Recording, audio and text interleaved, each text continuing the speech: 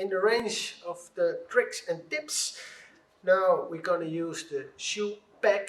In this case it's a soft, but we have the shoe pack in a soft and a medium. The soft is a Shore 30 and the medium is a Shore 50. It's self-adhesive, it's a polyurethane, and it's ready in 90 seconds. Important if you use the shoe pack,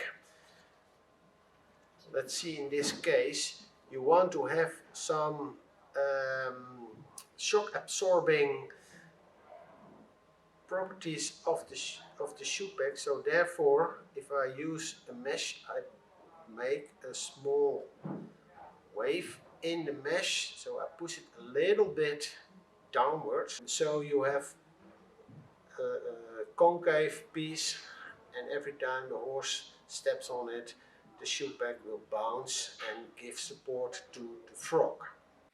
Okay, the shoe is on, we glued it on, so I wrap it to make sure that my shoe pack is not leaking out.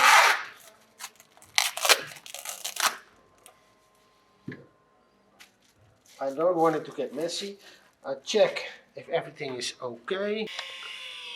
You can see the air bubbles coming out, and now we start filling up the foot.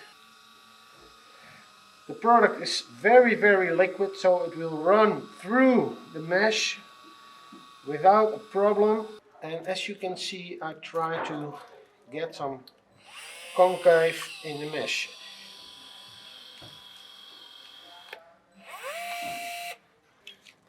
This is of course the most ideal situation.